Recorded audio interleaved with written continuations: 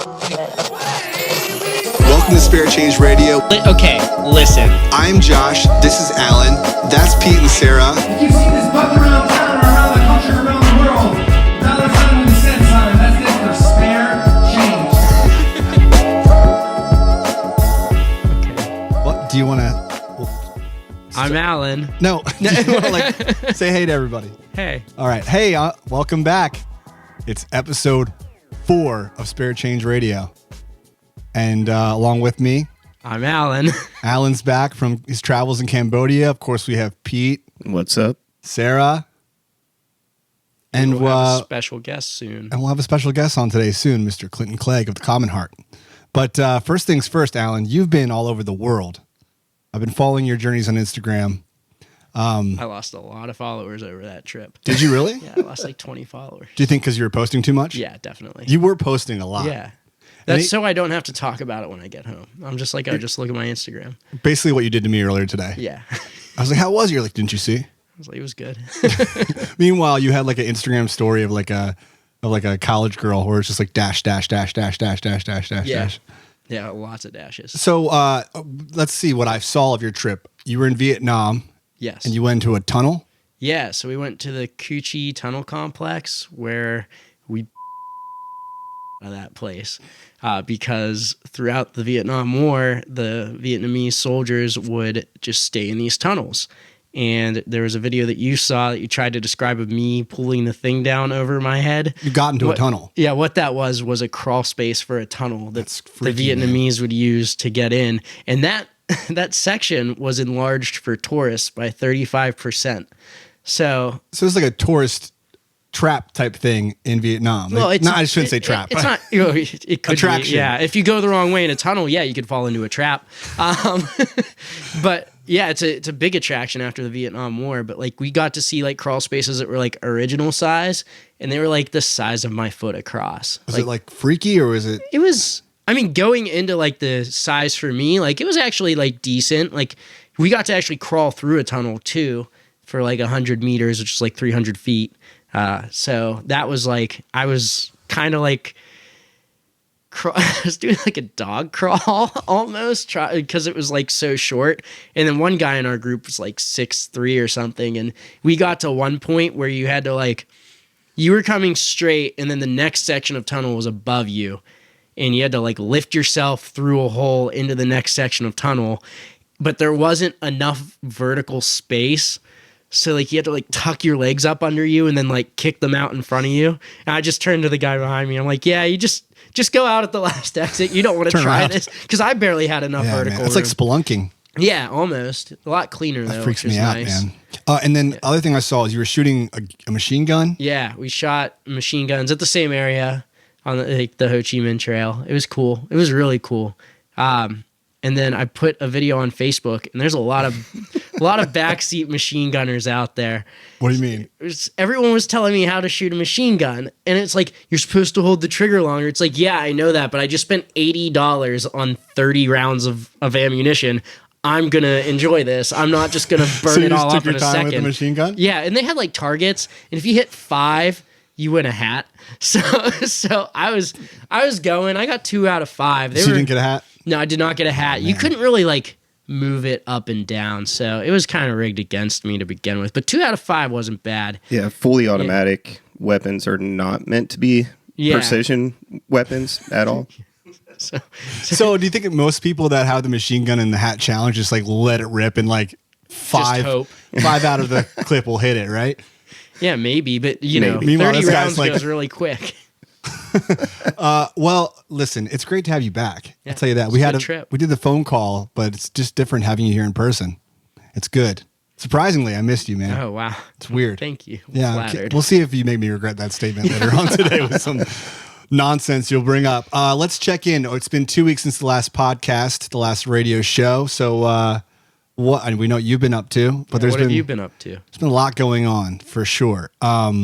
We had Light Up Night in Pittsburgh, which is pretty great. I had a chance to MC at PPG Place, their Light Up Night event with American Cancer Society.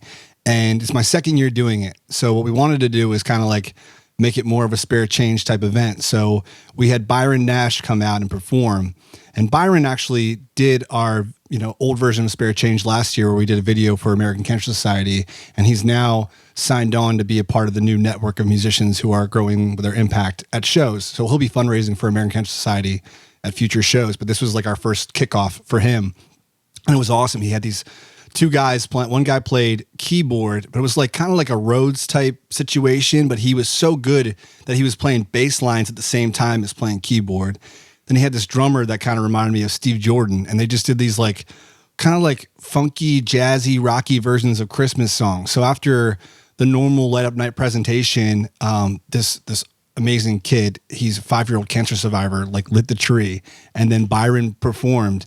And it was just like a good vibe because people were like skating in the ice rink, and we passed the bucket around for American Cancer Society. And it was just like, it was a cool night in Pittsburgh. I love Light Up Night. And across the way, the Knox Boys were playing too. So they were fundraising for the Education Partnership the same night. And like I said last episode, we're kind of slowly infiltrating Light Up Night with these little fundraisers all around. But it's cool. I mean, that's what I feel like, a holiday event like that is all about, is like giving back. Going for 3 stages next year. 3 stages. And yeah. Knox Boys just passed $1,000 for their charity. So Knox Boys hit $1,007 right now. Correct. For the Education Partnership. And for those people that don't know, the Knox Boys started out with the old model of Spare Change, which was like one video for a nonprofit, one campaign, and one fundraiser at a concert. We passed the bucket around at their show at Mr. Small's, made about, I think it was $118. $118. And they actually were the ones to come to us and say, can we keep fundraising at shows that we couldn't even make it to? And they made another $150 at another show. And they played Picklesburg and made another $100. And so it was really them and us trying to reevaluate how we can grow our impact that led us to this new model. And you can see the effect of the new model versus the old model when you think about the Knox Boys, who would have made with the old model $100, now has made over $1,000. Yeah. And is about to head back out on tour right now in November with like 10 different dates. December. We are at the end of November currently. December. But by the time this episode comes out, they'll be done. Yeah. So we're going to check in with them soon to see how their tour goes with the bucket. And they'll be on the podcast here soon too, to talk all about their process with the Education Partnership and how that's going. Right, yeah, and you're looking at 6 months at the end of their tours, how long they've been doing this, so you can see their impact over the course of 6 months. And a lot of our artists are on the same pace. Like you and Brett are neck and neck. Yeah. You're not even neck and neck anymore. He's pulling away. Yeah, so, Brett's quite a bit ahead of you currently in your little competition. So we have a friendly competition right now. My solo one-man band show, I affectionately call Josh Jams, versus Brett, who's been out playing all over the place, busking for his cause, Sierra Club, and I've been fundraising for 412 Food Rescue. So we've been pretty close for a while, like around $600 or so, and now Brett is pulling ahead. He, do you have it pulled up? I think we have it written. It's $843 for Brett, and I can tell you what yours is in a second. Brett's at $843 right now. I'm at, I think, $695.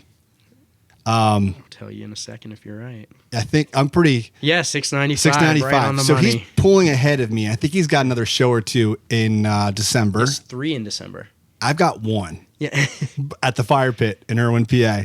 Come on out. And Brett gets scheduled last minute a lot. He does. Like, if he has 3 shows right now, I bet he's got 5. He'll end up having 5 this month. So I know for a fact I have about $50 for my last show I need to donate still.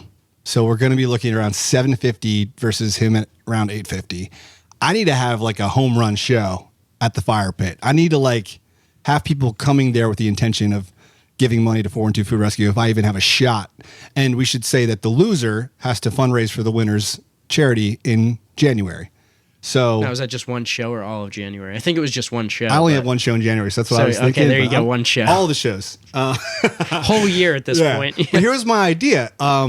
Inspired by the Commonheart, and we'll talk to Clinton about this later on, is they sold T-shirts at their show for the Michael J. Fox Foundation. So I started thinking, what if I sell 412 Food Rescue shirts at the Fire Pit? That doesn't count. What?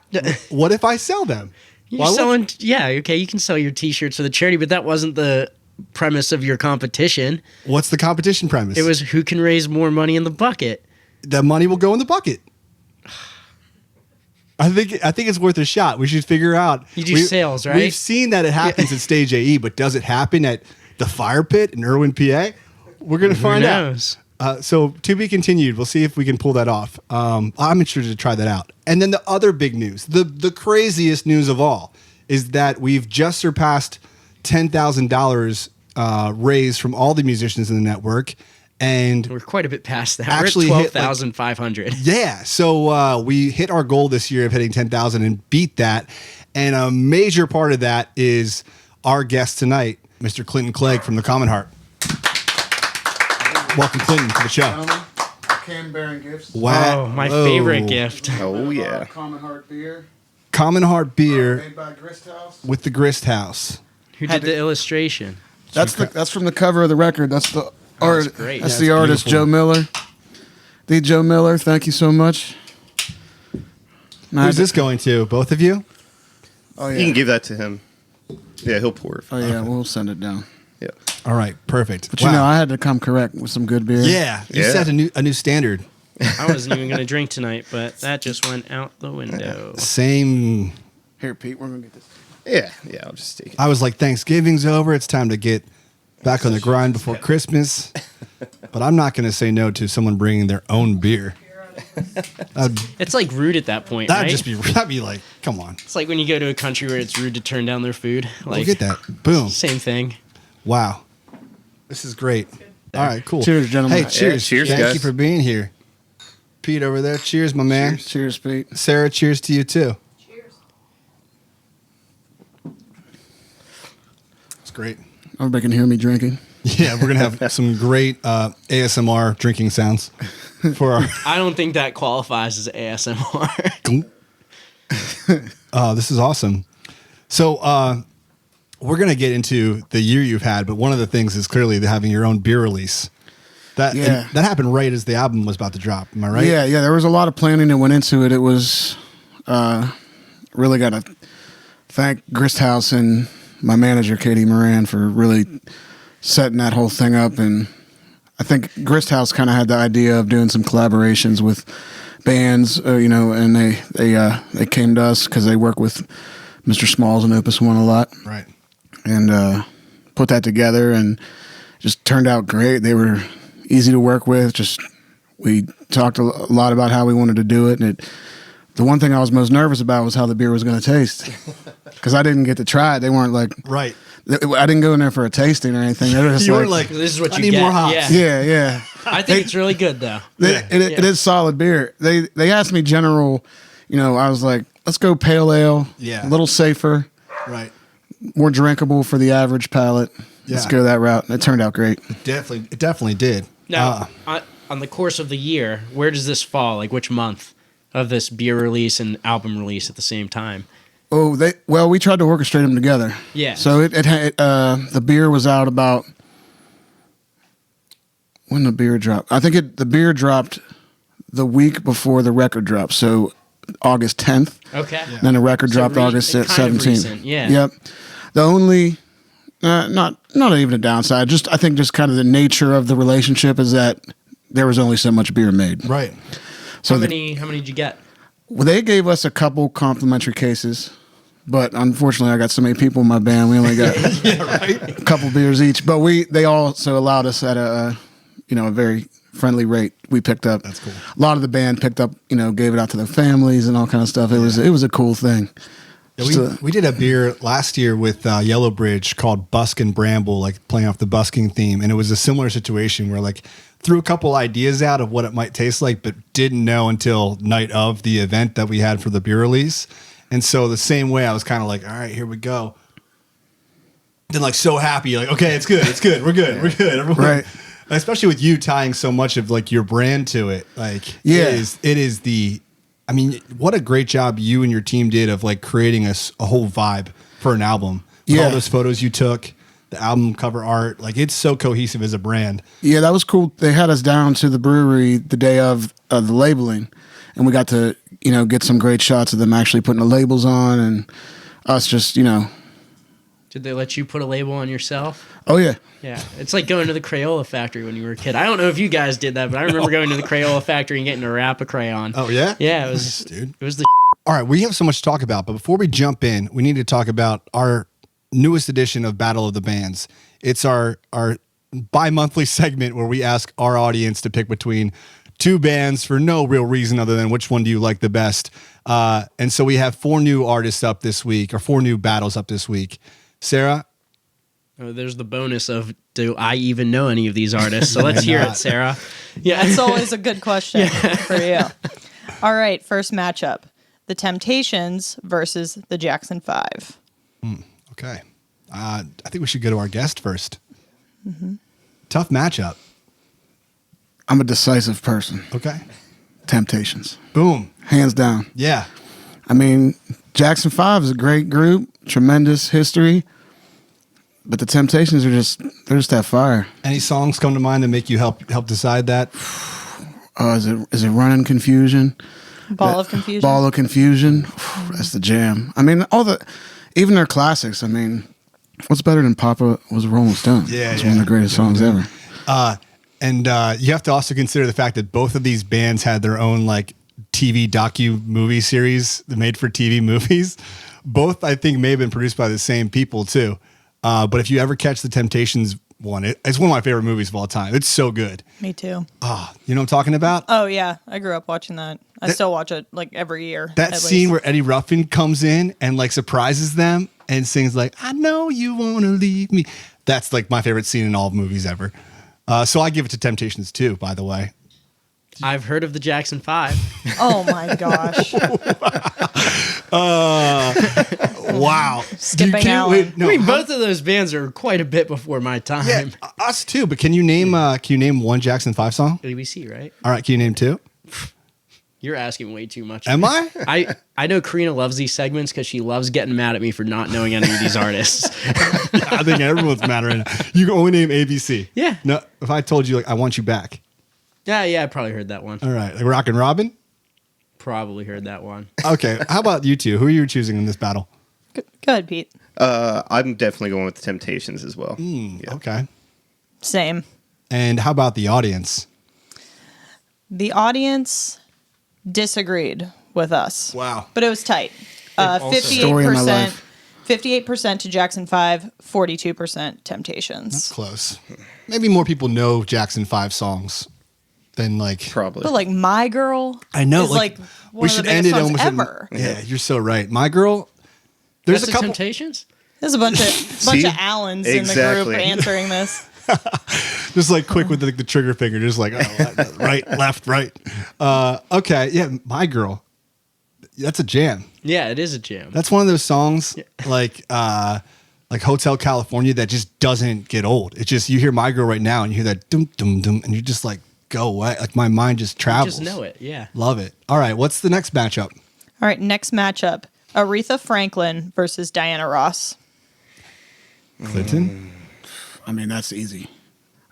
All respect to D. Ross, but Aretha's the best of all time. Ooh, best of all time. Best female vocalist of all time. Oh, we have Kanye on the podcast today. Hot takes over here. I mean, I guess who else is in contention for best female vocalist of all time? You could make a case for Mariah Carey, I suppose, for a range. You could make a case for maybe Whitney Houston, but I mean, Aretha's kind of in her own category of her own. I also would choose Aretha Franklin mainly for the song "Chain of Fools." Mm-hmm. That's my jam. That song is. I feel like most people. Do you know that song? No.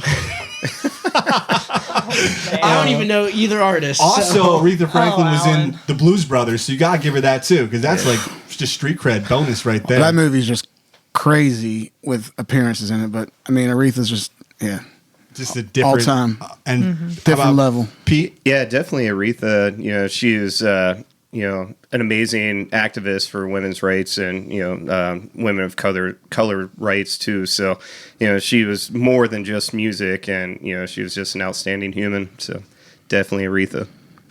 You as well, Sarah? Agreed. Yeah, I mean, I love Diana Ross. Love the Supremes. Let's not but, leave yeah, Diana. Let's not leave her back. I mean, That's she fair. is top level, Yes. amazing. Okay, Yes.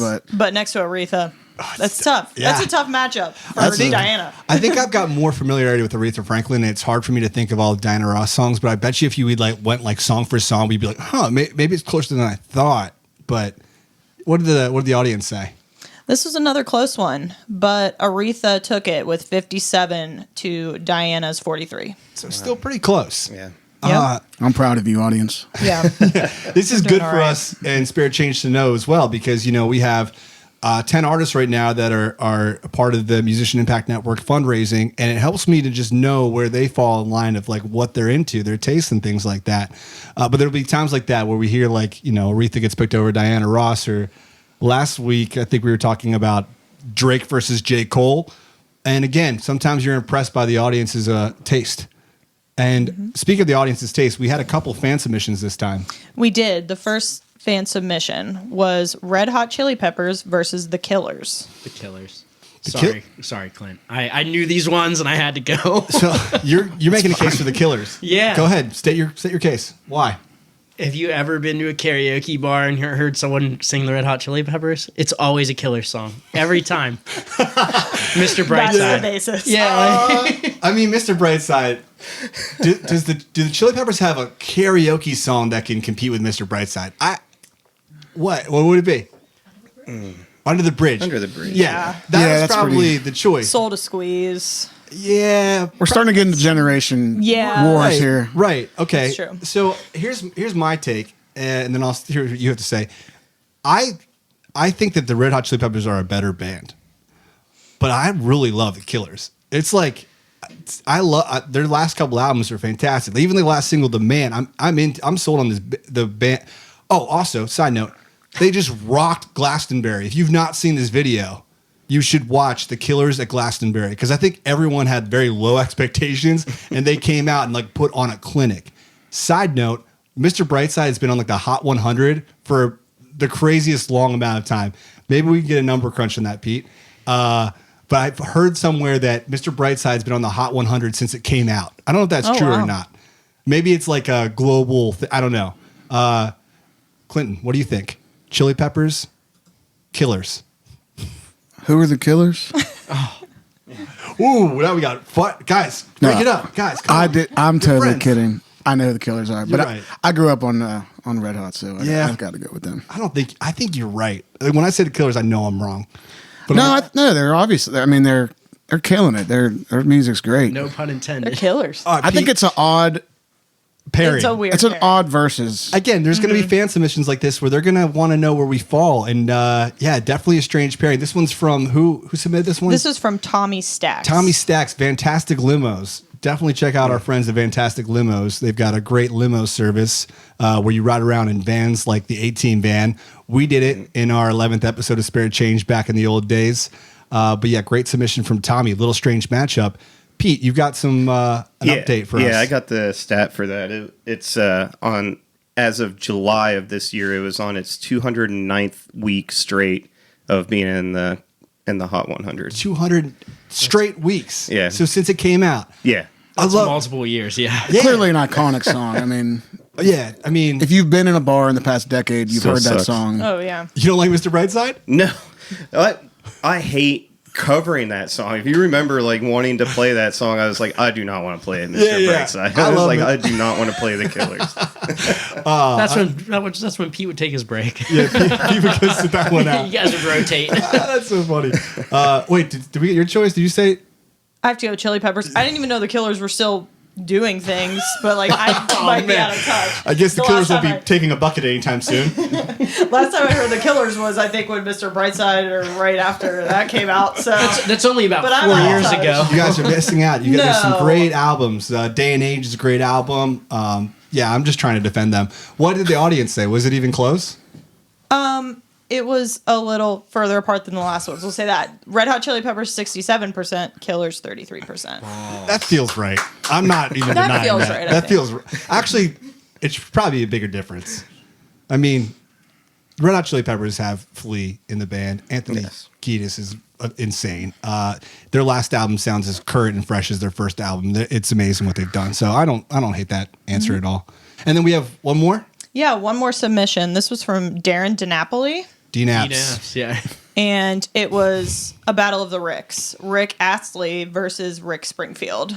This is wild. Allan, do you know who either of these people are? I do know who Rick Astley was because when I was in high school, it was a big thing to Rickroll people. And I mean, everyone knows what that is. You're Still watching is. a video and you see the Rick Astley Never Gonna Give You Up song that just comes in randomly. It's like the first, then it moved into John Cena. But But it's funny that's like the original meme. Rick rolling. I don't know if I'd go as far as to say it's their original meme. No? I mean, Think about it. It spread like wildfire. well, I mean, maybe for like that era, yeah. Like the I mean, original? there was like before memes were a thing where memes were like, yeah. So you'd call people it, who knew memes had memes, but like, yeah, I guess that was the first mainstream meme. cheers to that. Yeah. So you're choosing Rick Astley because do you know who Rick Springfield is? No. Do you know if I said like Jesse's girl? Okay, yeah, I know him. Okay, it's a jam. That is a jam. Karina, take notes. This is how you get me to figure out who the artist is. You name a song. Allan's now using the podcast to communicate to his girlfriend, who he doesn't see anymore because he's in Cambodia half the year. Karina, hey, good to see you. Hope you're doing well. All right. I'm with Allan here. Oh, Rick Astley. Yeah. Astley? Astley. Astley. All day. I mean, we'd call that yacht rock, right? Yeah. Yeah. I think that fits that that's yacht the rock. most That slept on fits. genre in the history of music, possibly. It really hasn't had its day yet. I mean, if you've been on a small, I wouldn't say yacht, Like a pontoon. Catamaran. pontoon with a little bit of that yacht rock going, Yeah. cold beer, Rick Astley, all day. Okay. I can understand that. I want to give at least 1 point to Rick Springfield for using the word moot in a song. That is impressive. I want to tell her that I love her, but the point is probably moot. I only know that word from that song, and I use it now, and I know no one else knows what I'm talking about. But I do. Oh, I'm like, it's a moot point. And they're like, well, Rick Springfield.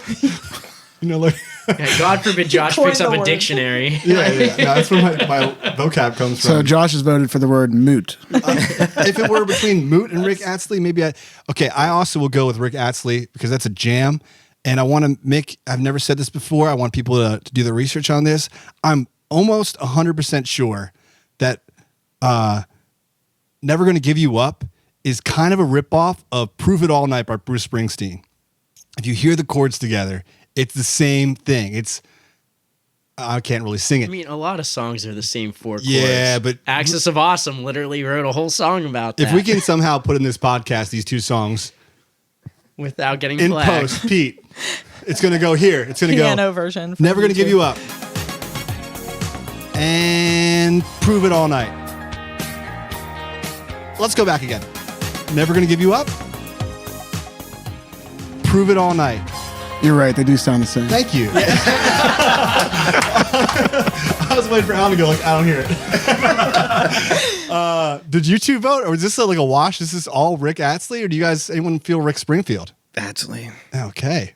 I say Rick Astley because one of my favorite activities is hanging out at friends' places that are near bars and connecting to the touch tunes or the AFI or whatever and Rick rolling the whole bar. And Still. I just get satisfaction out of it because I can't see their reactions, but I just know it's affecting Sarah, them. come on down to my house because there's about 8 bars right around my house. You guys could have a whole night of it. All right, we're gonna have to do that video in the future. It's just Yeah. Sarah going to bars and us Rick filming rolling. through the window. People being like, then kind of like get into it, I bet. Mm-hmm. And the audience said, 67% for Rick Astley, 33% for Rick Springfield. Hell there yeah, you have brother. it. Okay, Battle of the Bands. And let us know if you're feeling this segment. We had a debate on if we should bring it back. I'm kind of glad we did now that we got into it. And maybe I'll start putting in bands that I know. Because I did not submit band names this time But around. then we won't Taylor know any Swift of the bands. Well- and Katy Perry can't be every Whoa. Good matchup. It was a good matchup. That was good. It was a good matchup.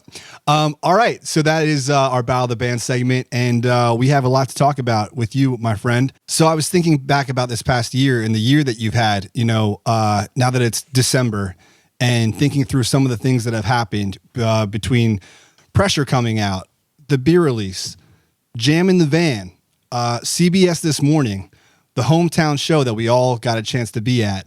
And how are you feeling right now as the year comes to a close? What's the current mindset that you're in? Do you feel like victorious? Do you feel hungry, or like where are you at right now leading into December now that this craziness is kind of like wrapping for a moment? Hungry. Yeah. Yeah, I want to grow more. I want to expand more. I want to take this thing to another step. I've really been enjoying being home with my dog, with my wife, who's here today. You can't see her. We love you, Jackie. But yeah, appreciating being home for the moment, but also really looking forward to next year and what we have planned. Been writing a third record. Plans to get in the studio in the next few months. A lot of things happening behind the scenes, planning our spring tours and ongoings there. But yeah, just really hungry. It took about 3 days of being home, and I was like, all right, what's going on? Let's go. So as you probably noticed, I have no idea who you guys were before you started working with us. I'm sorry. I He doesn't apologize know for that. anybody is. But You're in the majority. I'd like to know where you were at the beginning of this year as a band, and then and then obviously I know how big your tour just was and how successful that was, and then currently where you're at. But like before that, where were you at the beginning of this year? Like how much of a growth was that, to help put it into perspective for me and listeners who maybe haven't heard of you guys? Yeah. So the beginning of this year was like, okay, we had Pressure in the Can done, and we were shopping it to some labels and trying to get a plan of how we were going to get this thing to more people than we've ever touched before. That was just the general what we want to do. And through going to South by Southwest, we met that label. Julian Records took us on. Then we got some help with a publicist, working with a booking agent, and we kind of mapped our year and rolled the record out with every amount of certainly local, we wanted it to be big in Pittsburgh in a certain kind of way. That Pittsburgh was really important to us, obviously home, but also figuring out a way to elevate it to the next, to the next market and go on and on. And the plan was to gradually get it out and reach all these markets. We went out and toured really the country for the first time with JJ Gray and Mofro, who's a great band out of Florida. They've been doing it a long time. Tremendous guys and a great group. And we went out and were the support act for them on 3 different runs over about 6 months. So that was kind of our introduction into a lot of the cities that we ultimately went back to with the record. So it'd be kind of like you open for a band at Mr. Small's, and then you go back to that city and play the Club Cafe 3 months later, and just try to build each market the best way we can. And that's pretty much been our year in a nutshell. Then at the end of the cycle here, before AE, the CBS thing happened. That was really big, exponentially huge. Couldn't even believe how many people we reached and how much feedback we've gotten on that. And that's been it's just been a year of nice ladder steps and just planning, to keep getting it out there, put on a great show everywhere we go. The touring's a lot of work. It's really hard on the band, and they're not all like AE. Right. We had dates. Yeah. We had dates out there on Mondays playing to 8 people, just like any other band or artist. That's, it's a lot to take on, but as long as you keep seeing those steps get a little bigger and the response continue to be positive, it gives you the faith to keep going and want to work harder. And it's probably why I'm still hungry. Yeah. And, I think I either read or heard in an old interview with you where you were talking about, the transition from past bands to the Commonheart, and you feeling like when this band was created that you found your thing. And can you speak to that a little bit? Like how it felt when you first, I think the quote that I heard was you saying like, hey, I don't care what happens. This is me now forever. This is my calling. This is my last band. That's what I jokingly like to say. Still, there's a lot of truth to it. I think it's a combination of getting a little bit older and just also just really believing in something, and just having that faith. And I think that showing that kind of faith in something says something to your bandmates, and it says something to the people around you, whether it be professionally or your family.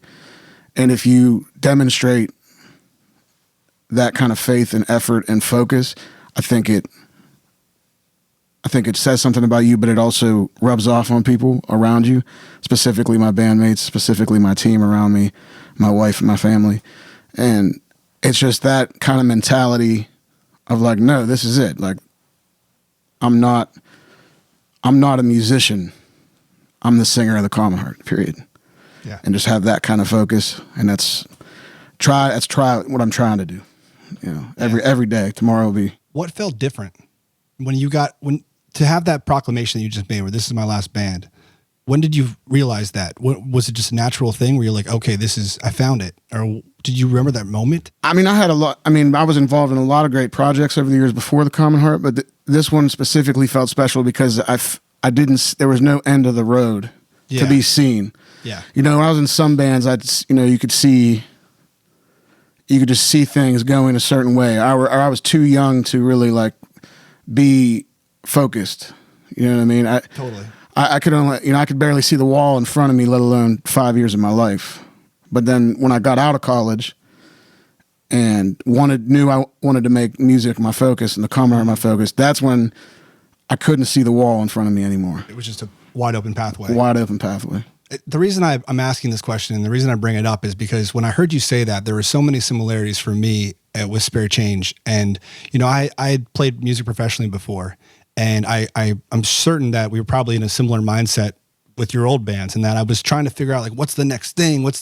How do I get there? What's the next level? And there's so much like energy in a sense wasted trying to like look around all the time versus just doing. And the doing starts to come very naturally when you have that clear pathway ahead of you where you're like, well, this is it. I might as well just get to work in a sense. And I think that's reflected in the year you've just had, where you start to hit these different milestone markers, because you're not focused on what the next thing is per se. You're focused on the long road ahead of you. Yeah. I mean, I'd say that's true kind of halfway. I mean, I'm still always thinking about the next thing, but I'm never thinking about the last thing. If that makes sense. Yeah, like there's no exit for me here. Yeah. And I kind of, whether it was just mentally needed to convince myself of that first, and then my team around me second, and I'm still working on it every day. But so you were talking about your team, and you're always moving forward. You have 9 people in your band. That's a lot of people. I know with Josh and Table 10 back in the day, it was 3 people, and it was a nightmare for him, as well as the other 2, I'm sure. Maybe a more for logistical that. nightmare. Oh yeah. So 2 people was a lot to be part of. How do you manage 9 people? Do you have some that have a say and some that don't, in a way, like voting powers, or like what do you do? Or are you? I'm assuming you're the top dog there, and it's your direction that people are kind of following. Like how does that work with 9 people? Yeah, I mean, I'm kind of the house dad, if you will. I got a few years on most of the people in the band, but no, people certainly have a say, but everyone recognizes that it is challenging to do that. Yeah. I get some leeway. They cut me some slack sometimes, so they know what I'm taking on.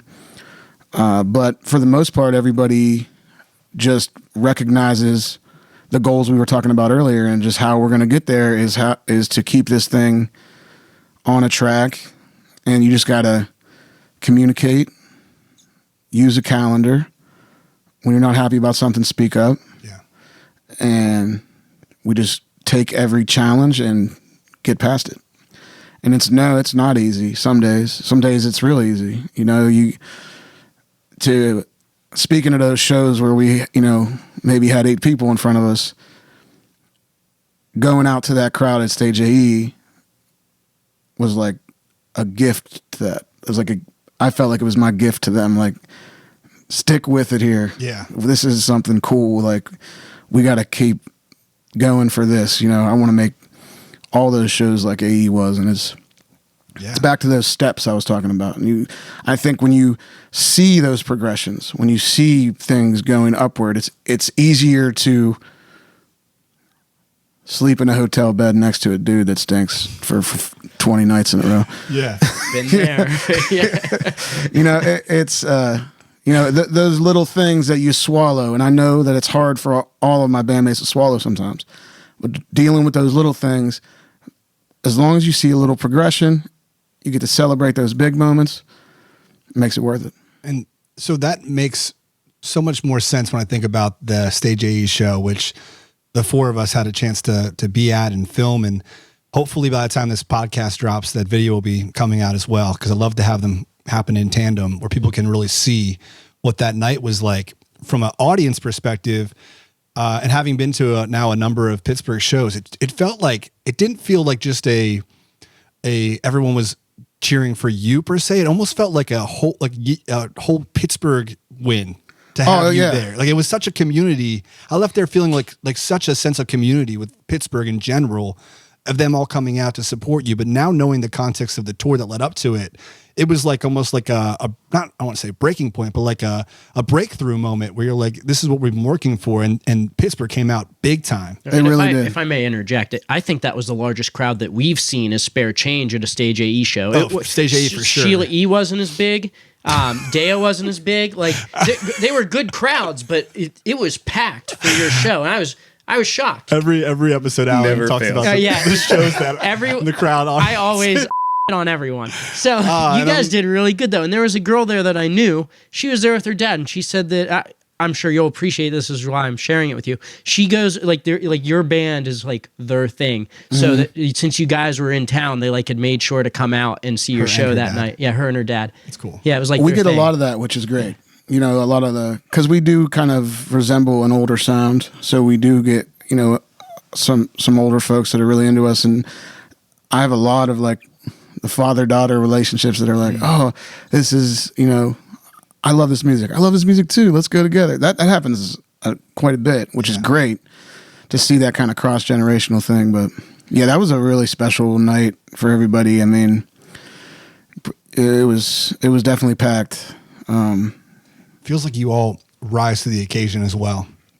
That was, I mean, we were all in a, they're just, I don't know, the mentality was really just, we were all so hyped and happy. Yeah. It was pure joy. Yeah. It came through so genuinely. Yeah. It wasn't like it was just like, this is what you've been training for, like this prize fight to happen, essentially.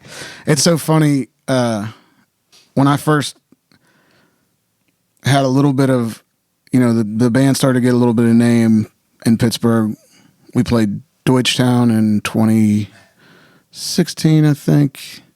And then we opened for Gary Clark Jr., and that's when the buzz really kind of started to go on. I was at that concert. Yeah. Yeah, Gary Clark Jr. But what's crazy was what somebody came to me and said, who eventually be a part of my team, one of my managers. He's like, all right, first things first, you got to stop playing Pittsburgh.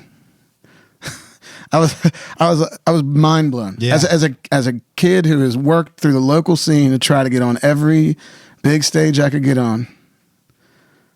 I learned something that day. It was like, all right, good job. Stop playing Pittsburgh. You're going to play here twice a year, and they're going to be big. Yeah.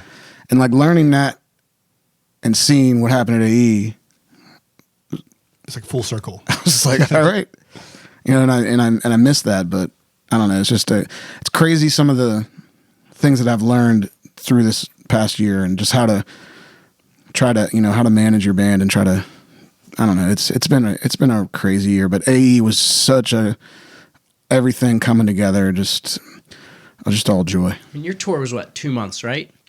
It was the course of 3, but our biggest stretch was 4.5 weeks. But then we'd like do that and then be home. Break. Yeah. I'd come home and like I wouldn't even unpack my bag in my living room. And we were out the next weekend for 5 days, and that was a real test to the band's will. And when AE on the 9th was great, but we finished in Indianapolis on the 16th. Excuse my burps from the beer. Oh, no, I'm holding them in as best I can. Yeah. Let him out. But when We're friends here. when we got through the 16th in Indy, I think we all had a moment, and Indy was a great night. anything post CBS airing, It's been huge. it's been huge. Now, you were saying that you played some shows like on Monday nights for 8 people. So over the course of those 3 months, how many of those shows were kind of like, I don't know how you would want to define them as Monday night you know, shows? like Monday night shows, we'll say, and how many of them were, I mean, I'm sure nothing was AE level, seeing that you're using that as a benchmark, but Yeah, I mean, we had some really great nights out. We had a couple tough nights out, but even on the tough nights, those 8 people left loving this band. Who I died out there every night and earned every single person. And I know the next time we go back, it'll grow. That's the goal of like every city and market you're in. But when the CBS thing came out and people, the viewership of what that gave us, we started to see, just people just buying tickets. Yeah, it's been crazy. Those Monday night shows, as we're calling them right now, is like you just never know who's going to be in the crowd either. You never know who's going to see you on a random quote unquote off night. And so clearly what you're doing here is not having off nights. Yeah, that's the old musician rule. You gotta play 5 or 5,000. You gotta bring it. And that's how you prepare for a stage AE. For sure. So when that moment comes, or CBS this morning when they pick up the phone and call you, you guys knock out that song. That's a real rehearsal, Right. Yeah. But it's it was good. I mean, even the bad ones were good. So I don't know if you and the band are fully aware of the gift that you've given us in Spare Change by taking this bucket on the road. But up until the point of you working with us, we had never had, we had just started the idea of having artists keep the bucket, to multiple shows, which was starting here in Pittsburgh, with the hope that we could get some acts to do it nationally and that we could learn from that and try to work together to figure out what does that look like to take a bucket on tour. But the fact that it happened and it was the Commonheart doing it meant so much more to me because, we've been working at Spare Change now for almost 3 years. And it's also been, I don't say struggle because it hasn't been a struggle. It's been out of love, but we've been trying to work at this thing and figure out what it is. And it's been growing. And we've had those moments as well where we've had really good signs from the universe that we're hitting on the right pathway.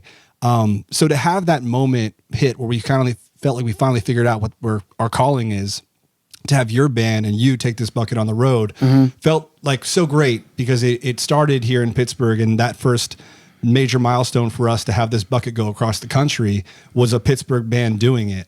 So I just, first of all wanted to say thank you for being a part of this. Our pleasure, man. I know that there are other artists that are looking at the Commonheart and saying if they can do it, I can do it. And I'm sure of that right now. Yeah, I mean, it was and thank you for, bringing us into the fold. We were thrilled to do it, and it speaks to our narrative. If anybody that's seen our shows, we're trying to spread positivity. We're trying to spread awareness. And what better way to tie in a great charity with a great local Pittsburgh tie to it, like Spare Change and Michael J. Fox. And, speaking to that, you guys learning, we were learning too.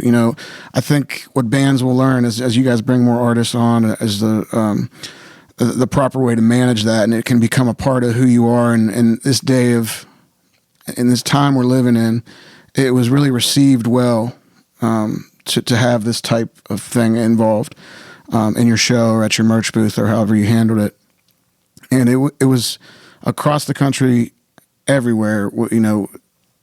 It added to people enjoying the show. Wow. It added to the love in the room. That's amazing to hear. And it just, people were curious, and it just, it was just a great thing, and it's our pleasure to be a part of it. Yeah, you guys we saw are doing some really good engagement on your Facebook posts, and honestly, I think we were blown away by the amount of love that we saw in Pittsburgh for the bucket, because that was actually our highest grossing bucket pass for a single show. Nice. Biggest crowd, biggest grossing amount. Do you know how much you raised at that show? 9 something. Yeah, like $925 from the bucket alone. Yeah. Which, just to give context, was about a span of one song, I think, in total Something like was that. passed around. Yeah. So one song, and then quick. just $1,000 like that for Michael J. Fox Foundation, which But the big push of a lot of the money we rent came from a very generous donor who bought 150 T-shirts and just donated all the T-shirts. I didn't know wasn't that. aware of that. Yeah. Oh, we thought you They fronted did- the cost and No. just sold them. Yeah. That guy bought them. Wow. Shout out to Steve. He just bought them, and all the profits. That's all. He didn't want anything. That's amazing. That's great. That was the first time a band actually did a T-shirt sale. Yeah, so steal that idea. And your competition, I think it's fair. Yeah. Fair game. I think it's fair game. I'm sorry, hey, Brett. Hey, where did the money from the T-shirts go to? Right, they're going Went to go straight back to to the the- cause, yeah. back to the bucket. Yeah, thank you. Which I mean, you have your campaign is thousands of dollars further than the next closest one at this You point. are our leader right Yeah. now. Hey. But that's actually a great point, because so much of what we're trying to do with this pilot right now with these 10 artists is figure it out. You know, we've from our old model, we know how to pass a bucket around a crowd and how to make an announcement. We've done that a lot thanks to the artists that helped us got to this point. But things like a T-shirt sale has not occurred yet. Now that we have precedent for that, the question then becomes, how does that trickle down to artists at all types of levels? How does someone do that, like me, at a local bar and grill? Can I help? The question I have right now is, I don't know how many T-shirts 412 Food Rescue sells on a typical Friday night. If I can prove that a musician can sell more T-shirts at a show, and even if it's not branded with my name or anything, but it just happens to be there as a way to support this cause, there's some learnings to be had there. And it really spawns back to Steve spearheading this torch with the Commonheart Michael J. Fox T-shirts, which sold like crazy that night. You sold 97, I think, shirts that night. 97 shirts that night. And they're still going on, and they're on our website now if anybody's interested. About how And many still do you- all the proceeds. We have about What's the website? thecommonheart.com. Just go to our merchandise page, and they're there, and every dollar still goes straight to Spare Change, Michael J. Fox Foundation. that's amazing. And another big, it takes, in this case, 3 to tango, and I just want to give a shout out to the Michael J. Fox Foundation, who really, a very big charity organization. Sometimes you never know how you're going to impact and how they're going to, work with you, right? Yeah. An organization of that size, you're not quite sure how they'll receive, you reach out, you say you're doing this thing, and they get that all the time, I'm sure. Yeah. But they were just great, and I know you guys work with them at length, and they were a really great group, and so really, like, I don't know, I just wanted to give them a shout out. Yeah, and can you talk a little bit about that connection you had with this nonprofit? You mentioned the story at Stage AE about your friend who climbed the mountain with the flag, but if you can just kind of recap about what led you guys to choose this cause, would be awesome to hear too. Yeah, it started with our drummer Sean McGregor. He had a friend named Steve Routman, and Steve's the guy who he donated all the T-shirts, and every dollar from the T-shirts got to the bucket. And he had this friend named Dwayne Glader, who was a adventurist, mountain climber. Did every mountain, every kind of famous mountain you can imagine, including Everest. So Dwayne was climbing Mount Everest and just knew something wasn't right with his health. He knew he wasn't himself, and he went and got checked out and found out that he had Parkinson's. And I mean, that's heavy for anybody, any family. But another thing about Dwayne is that he is a big fan of us. When he found out he had Parkinson's, he went to start and work on these like charity-driven events where like they do some kind of adventure thing that would raise money for Parkinson's research, or all these kind of. So he started involving his adventurous spirit to raise money for his own disease and other people's, and that's beautiful in itself.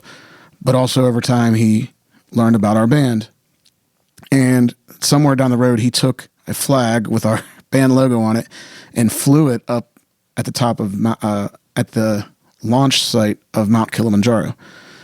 And ultimately, anybody that was at the show saw he brought the flag to us. He came to the show from Chicago, and he was a big motivator of why the charity spoke so much to us as a band. I mean, his story is amazing, great. I mean, I got to meet him that night. It was extremely emotional. He was there that night. He was there. I didn't know that. Yeah, he was there.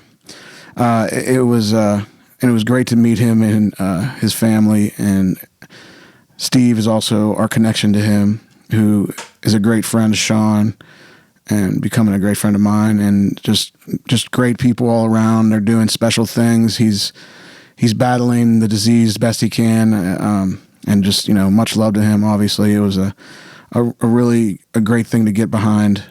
And the whole community showed up in such a big way, like we mentioned before, with the bucket and the T-shirt sales selling 97. And after that, a few weeks later, we found out that your grand total from the tour and the show was $3,729, which is the most any artist has raised yet, blowing it out of the park. Ever. Boom shakalaka. And helped us reach our goal of $10,000 this year, surpassing it. Now we're at $12,500, a big part to the Commonheart and the work that you did that night and on tour. So again, we can't say thank you enough for the work that you've done so far and letting us be a small part of the story of you and this great nonprofit and the work you're doing for them at your shows. So thank you for that. Oh, you're welcome. Having the bucket on the road with you, like Stage AE, you blew it out of the water. What did you take from your time on the road where there was a marked difference to, like, you tripled what you made? It was insane. Yeah. What did you learn while you were gone to triple that amount? First, we learned T-shirts are good. Yeah. Yes. Donated T-shirts are great. But, when you're out there on the road in the early goings, when I first went out with the bucket, my first show, I was, from the beginning of my show to the end, everything's about the show. Yeah. And it's about the music, and it's, I'm trying to mentally learn how to make this a part of the show that doesn't come off as me force feeding something financially driven that doesn't necessarily why people were there. Mm-hmm. So, and I knew I could do that, but it does take time to develop the way to do it, and every band will be different. Some bands might do a pass around, or they might do an announcement on stage, or they might do, have it at the merch booth, or, there can be endless techniques. And my advice to any artist coming on board to your team here at Spare Change is to don't be afraid to try things, find your voice, find your way to manage the bucket, and do, make it a part of the show, make it special, make people feel how, how beautiful what you're doing is, make them feel that. Yeah. And incorporate it into your message and into your tone. And it's a good way. And I kind of found show to show, and also our shows totally vary in size, especially far away from home. Right. Yeah. Like I mentioned earlier, some nights were tougher than others, but, and that'll obviously affect, the bucket result. But I think even more importantly than that is how you present it. Make it a part of your show, and just put thought and effort into that, and I think you'll have success. Your speech at Stage AE was fucking killer. So you definitely refined it over the course of those few months. Yeah. Getting to Stage AE. That was a magical moment. It was refined. It was, that wasn't the first time I was figuring it out. It was a little easier at Stage AE knowing that Dwayne was there. Yeah. Knowing that you have the crowd, you had a lot of people behind you there. Yeah, and it came across naturally. But learning the timing, even the song we were doing, you got a friend, people singing, like the joy was up, the charity in our hearts was wide open and spilling out. So I think all those things is what made that particular one special. And to any artist that's getting on, just find the right time for you, find your path, and when it feels right, I think it'll be right. And whatever you said really worked. Like Allan and I was chasing Allan around with the camera, and he was carrying around the bucket, and people were like reaching over, like 2 rows of people, like grabbing onto us, like, hey, let me throw some money in this bucket. So I think it says something about Pittsburgh too. Yeah, and just the general vibe of that show that night. And, it was really good. Well, I think that's something you mentioned before is, even though at the beginning of this year you had your eyes set on, being able to reach new markets and grow as a band, and certainly you have done that and expanded around the country, you've always found a way to incorporate Pittsburgh as part of that. And Pittsburgh wins when the Commonheart wins. And it's something that I'm hopeful for with Spare Change is like, I would love to see one day having 1,000 bands around the country doing this for different causes at all different levels, but there will always be a Pittsburgh connection to what we do, because I don't know that this could start anywhere else. Yeah. You know, this community is so, I think, open to people trying things and doing things for the benefit of others, that when you see it at a show like the Commonheart show, it's just so reassuring to be like, yes, we're at the right place right now. Let me assure you this: Pittsburgh's everywhere. They're everywhere, and that is, I don't care when we were in Seattle, Portland, as far as we can get, down in Texas, Nashville, Pittsburghers at every show. Steeler jerseys. People, high school friends reaching out to me on Facebook that I haven't talked to in 10 years, offering us a place to stay. That's amazing. Oh, that's awesome. You know, Pittsburgh is out there in this country in a big way, and yeah, all love for that. So speaking of Pittsburgh, you have a couple shows coming up that if people are quick when this video comes out, they might be able to sneak a ticket in. Yeah. Tell us about your December shows. So it's been nice to be home for a little bit, and the bass player from Commonheart, Anton, and I have been talking pretty much since the day we met about just really wanted to do a Ray Charles review, small, intimate show. Just kind of go into his catalog deep and do a nice sit down tribute to him. And we're doing that at Club Cafe December 23rd. That one sold out. So, but we added a second night. That's amazing. And there's 20 tickets left of that one. But if you try to get on that Sunday, the 22nd of December, we're going to do a tribute to Ray Charles. And I have a couple other appearances through December. I kind of did that all, knowing I'd be home. Commonheart goes back out 26th. We head down to Florida for 4 nights. Awesome. We're back with our friends JJ Gray and Mofro, who are, you know, just the best people, and we really look up to them. And Florida's their home. So we're going to do open shows for them on New Year's Eve at the Florida Theater in Jacksonville, which is a huge, huge room. And I think it's actually already sold out too, but it's That's awesome. Fort Lauderdale with them, Fort Myers with them. Then we're doing one night in Tampa on our own, which is the 30th. That's great. But yeah, the year's looking bright. Record 3's coming. And I'm so happy to be home for Christmas. Yeah, well, I think everyone here in Pittsburgh is happy to have you for sure. If the Stage AE shows any indication, the community is definitely happy to have you back. Well, I do have to ask, will the bucket be accompanying you on your shows and your trips? Oh yeah, the bucket's staying. Oh, for sure. That's great. The bucket's staying. You heard it here first. Allan never shy to put someone on the spot. No, we love the bucket. No, we're so happy to hear that, seriously, because you know we have no idea what happens next. A band has just raised more than $3,000. Nearly 4. Nearly 4. Yes. Over $3,000. It's nearly 4. We'll go to the website and buy the rest of those T-shirts. Those T-shirts. The Michael J. Fox one with the DeLorean on them. That's a Back to the Future car for people who aren't good with their. Now, how cool was that? It was sweet, that man. Michael J. Fox is like, oh yeah, you can use the likeness of that. That's So cool. wait, time out. They actually gave you permission? Oh yeah. Oh, that's I didn't awesome. know. Yeah. I wasn't sure. Oh yeah, we got permission. Because I saw that, I was like, "There's no way." No, that they we would- got permission. Oh my god, that's amazing. Yeah. This might not make the podcast, but just as a side note, when you actually posted the money to Spot Fund and it went through, and I realized we hit that goal, I was freaking out. I was in New York for work, Yeah. and I looked up on my phone, and the Michael J. Fox Foundation was like 2 blocks away. I was like, I'm gonna go. This should make the podcast. I'm gonna go. I don't know what I was gonna do when I got there, but I was like, I just want to be like, hey, Is Michael here? Yo, Michael, did you see what the Commonheart did? No, so I walk there, and there's absolutely no way. There's no entrance. I mean, they probably are smart about like having like they're like on a high rise, and you can't get into the building. It's not like, you know, a nonprofit you walk up to in Pittsburgh. So I did take a photo. I'll show you then of me at the Michael J. Fox Foundation the day that you guys posted the money, because I was so Nice. excited that I walked like 6 blocks to go there. It was a great walk. I still felt so happy that I'll tell you a good story. there was talk behind the scenes, and it didn't happen, unfortunately. But there was some loose talk about Michael J. Fox showing up to the AE show. Oh, no so way. We had the band had Johnny B. Good learned.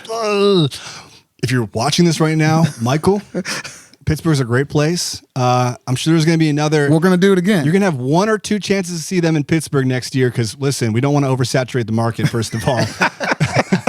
So you make your choice, either one you want to be at. We've got buckets with your name on it, Michael. Got the guitar tuned up. The guitar's tuned up. Johnny, be good. I've got a guest room. We know you can stay with Allan. We want him to come. Hey, who said my house isn't a good time? I don't want to know who said that. No, but in all seriousness, that's great to hear that this partnership's going to continue and that we can help continue supporting it and seeing where this thing grows to. But honestly, I think all of us are just so appreciative to you and the band. I'm still blown away by the band. You mentioned your bass player before. Oh my God, it was amazing. And we're lucky to have you here because you're going to do a song for us tonight. Yeah. To close out our show. Again, this has been Spirit Change Radio. Our guest, Clinton Clegg of the Commonheart. Stick around for a song from Clinton, and we'll see you back here in 2 weeks.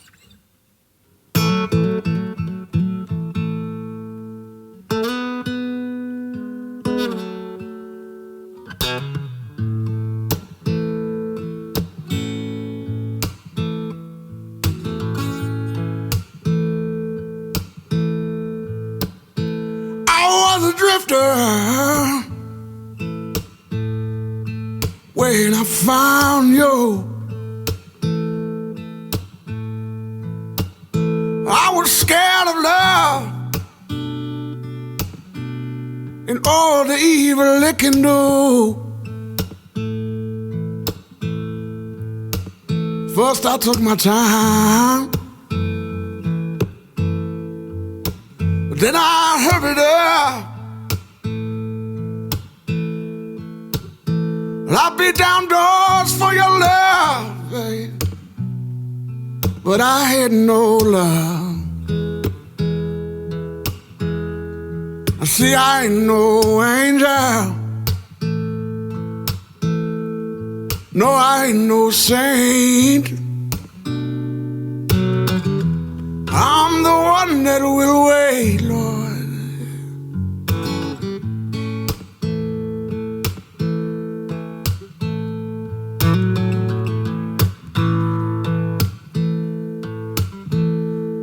Doorway, that's where I kissed you goodnight, yeah. Then you went home to your man, and y'all had a fight, Lord, yes you did. And I know that I was wrong, but it felt so right. Yeah. Changed both of our worlds all in just one night. Now I ain't no angel, no. I ain't no saint. I'm the one that will wait, Lord.